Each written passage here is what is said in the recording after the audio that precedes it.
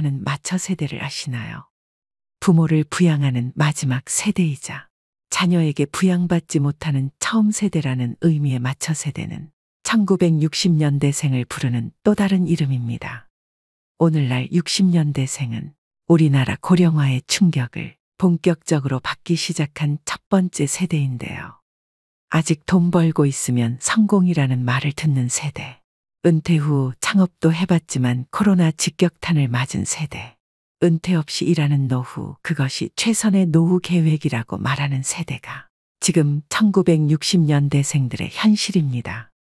물론 고도성장기에 성공을 맛본 분들도 계시겠지만 평균적인 60년대생의 모습은 그리 아름답지는 않습니다. 그리고 현재 이 1960년대생들이 본격적으로 은퇴하기 시작했습니다. 이 세대의 인구 비율은 우리나라에서 가장 많은 860만 명으로 무려 전체 인구의 16.7%를 차지합니다. 고도성장의 주역이자 민주화를 이뤄낸 핵심적 세대인 이들은 세계에서 가장 가난한 나라 중 하나였던 대한민국이 선진국에 이르기까지 그 중심에 있었습니다. 그렇게 온 세계가 놀랄 만한 한강의 기적이라는 신화를 일구게 되었죠.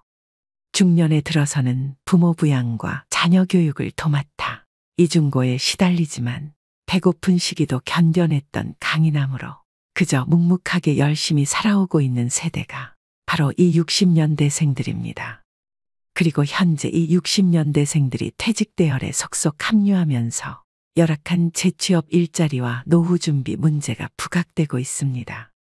대한민국은 유례없는 860만 명의 대규모 은퇴 집단을 맞이할 준비가 되어 있을까요? 또 고도성장의 주역인 이들에게는 은퇴 후 어떤 미래가 펼쳐질까요?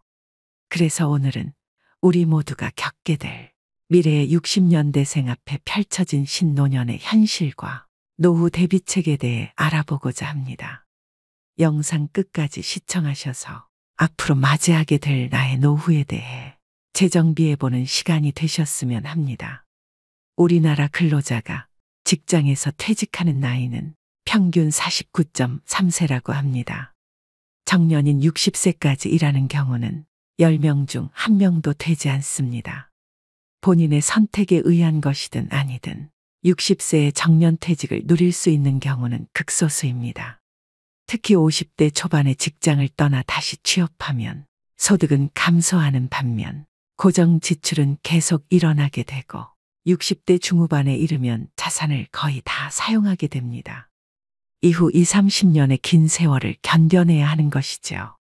이런 참담한 현실 앞에서 은퇴 이후 잠깐의 쉼도 허락받지 못한 사람들이 있습니다. 대기업에 다니다 중도 퇴사 후 사업에 도전했다 실패하고 최근 비정규직으로 13년째 일하며 야간에는 대리기사로 투잡을 하고 있다는 63년생 중년 남성 A씨. 일한 만큼 일당을 받을 수 있는 직업을 찾던 A씨에게 대리기사라는 일은 어쩔 수 없는 선택지가 되었습니다. 사업 실패로 고스란히 안게 된 많은 빚이 그의 노후에 커다란 짐덩이로 남게 되었습니다. 호사스러운 노후를 기대하지는 않았지만 지금처럼 고통스럽고 힘든 노후는 더더욱 생각지도 못했던 일이었습니다.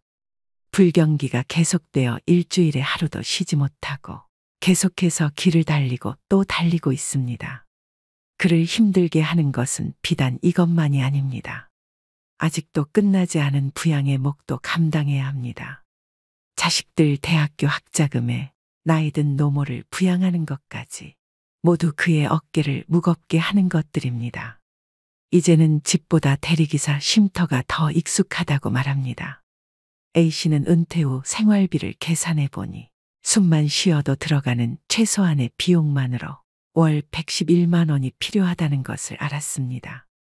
국민연금으로 100만 원 정도를 받지만 고정 지출만 더해도 수령하게 될 월 연금액을 훌쩍 뛰어넘습니다. 정규직으로 근무하다 오랫동안 비정규직으로 일하며 연금 낼 여유조차 없었던 순간들 때문에 노후의 혜택이 줄어든 결과입니다. 반면 동갑내기 B씨의 상황은 조금 다릅니다. 63년생 B씨는 노후자금 걱정이 없는 이른바 금태족입니다. 국내에서 유명한 전자회사에 근무하며 높은 연봉을 받아온 그는 2년 전에 퇴직했으나 그로 인한 충격은 적었다고 합니다. 그는 퇴직 전에 월 평균 생활비를 기준으로 80세까지는 매월 100% 정도, 또 80세 이후에는 매월 70%의 현금 흐름을 유지할 수 있도록 목표를 세웠습니다. 오전에는 영문소설 읽기 모임, 점심에는 요리 수업. 그가 이처럼 달콤한 노후를 보낼 수 있는 이유는 30년 이상 대기업에 근속하면서 차곡차곡 연금을 쌓아왔기 때문입니다. 국민연금, 퇴직연금, 개인연금의 3층 연금을 준비했고 주부인 아내도 국민연금에 이미 가입하여 연금 맞벌이에 성공한 것이죠. B씨 부부의 국민연금 예상 월 수령액은 약 300만 원입니다. 여러분은 둘 중 어느 모습으로 노후를 맞이하고 계신가요? 대부분의 5060 세대들은 노후 준비가 제대로 되지 않은 분들이 많으실 텐데요. 60년생들은 이전 세대를 사적으로 부양하는 동시에 자신의 노후도 책임져야 하고 또 입시 경쟁이 치열해지면서 후세대에 대한 지출이 이전 세대보다 훨씬 컸던 특징들이 있습니다. 재취업에 대한 부담 없이 여유로운 일상을 보내고 있는 금태족 B씨가 부러우신가요? 그런데 사실 이 B씨의 모습은 과거 1960년대생들이 당연한 미래로 꿈꿔왔던 노후입니다. 지난 1988년 복지국가를 표방하며 전격적으로 도입된 국민연금은 60년대생들이 그 혜택을 온전히 누리게 될 복지 1세대였죠. 하지만 그 혜택을 누릴 것으로 기대됐던 1960년대생들은 이미 대부분 직장을 떠났고 그런 행운은 소수만의 것이었습니다. 비정규직으로 일하며 박봉에 때론 부당한 해고까지 직장을 옮겨 다니느라 연금을 낼 여유조차 없었던 순간순간들. 그 젊음의 고달픔만큼 노후의 혜택은 쪼그라들었습니다. 23년도 국민연금 월 평균 지급액은 61만 7천 원이지만 노인 한 명이 기본적인 생활을 유지하기 위해 필요한 최소한의 비용은 123만 원으로 반도 안 되는 금액입니다. 이들 중 130만 원 이상 수급하는 비율은 단 5.1%밖에 되지 않습니다. 연금만으로 노후를 보장받기란 사실상 불가능에 가깝다는 소리입니다. 은퇴 전 소득의 약 40%를 보장하겠다는 국가의 약속은 실제로 절반밖에 이루어지지 않고 있습니다. 대다수에게 국민 용돈 수준만큼 돌려주는 국민연금의 셈법은 빈익빈 부익부라는 박탈감만 안겨주고 있는데요. 이 피눈물 나는 현실에 맞춰 세대들은 불안하고 초조하기만 합니다. 결국은 각자 도생해야 되고 복지 1세대라는 이름이 무색하게 60년대생들의 노후는 고단하게 흘러가고 있습니다. 당장 이번 달 생활비를 걱정해야 하는 끔찍한 현실에 60년대생들의 대부분은 재취업을 원하고 있습니다. 하지만 재취업도 녹록지 않습니다. 은퇴한 중장년들이 좋은 일자리를 구하는 것은 하늘의 별 따기 같은 일이 된 지 오래인데요. 60년생 최태수 씨는 은퇴를 미루기 위해 7개의 자격증을 취득했습니다. 그는 30년 동안 아이들을 키우고 가정을 꾸렸지만 아직도 그의 인생은 끝나지 않았습니다. 정년을 맞이했지만 앞으로의 길은 막막할 뿐입니다. 인터넷 검색을 통해 자격증 취득이 노후 준비의 한 방법임을 알게 되었습니다. 7개월 전 취업에 성공했지만 그는 지금 8개월짜리 초단기 근로자로 일하고 있는데요. 이제 나이가 60이 넘으니까 찾는 사람이 없어요. 구직 지원서도 많이 내보고 해봐도 그게 안 되더라고요. 다음 직장은 어디가 될지 또 어떻게 준비해야 할지에 대한 불안이 계속 따라다닙니다. 50대가 재취업에 성공하는데 평균 14개월 정도 걸리고 더 나이가 들수록 재취업에 소요되는 기간은 배로 늘어난다고 합니다. 취업이 된다 해도 더 열악한 노동시장에서 일을 할 수밖에 없습니다. 그래서 수많은 은퇴자들이 재취업을 포기하고 어쩔 수 없이 퇴직금 및 노후 자금으로 창업에 뛰어들게 되는데요. 하지만 안타깝게도 5년 뒤 폐업률이 66%나 됩니다. 겁없이 뛰어든 은퇴 후 창업은 노후의 불안정성을 더 가중시키는 격이죠. 60년대생들은 말합니다. 이러한 현실이 언제까지 지속될지 모른다는 것이고 언제든 몸이라도 아프게 되면 이 일도 더 이상 할 수 없게 될까봐 걱정이 된다는 것입니다. 지금까지 남들처럼 성실히 앞만 보고 달려왔는데 무엇이 잘못된 것일까요? 왜 은퇴한 지금까지도 하루 편히 쉴 수 없고 힘든 삶을 살아야 할까요? 은퇴하면 지금보다는 조금 편안해진 삶을 살 수 있을 거라는 기대감으로 달려왔지만 그러한 기대조차 사치가 되어버린 지금의 현실을 어떤 누구에게 잘못을 물을 수 있을까요? 1960년대생들이 다시 과거로 돌아간다고 하더라도 노후 준비를 할 수 있었을까요? 대한민국 발전의 주역이었던 5060 세대의 불행한 노후를 막기 위해 은퇴 이후 정말 주의하셔야 될 3가지에 대해 알려드리겠습니다.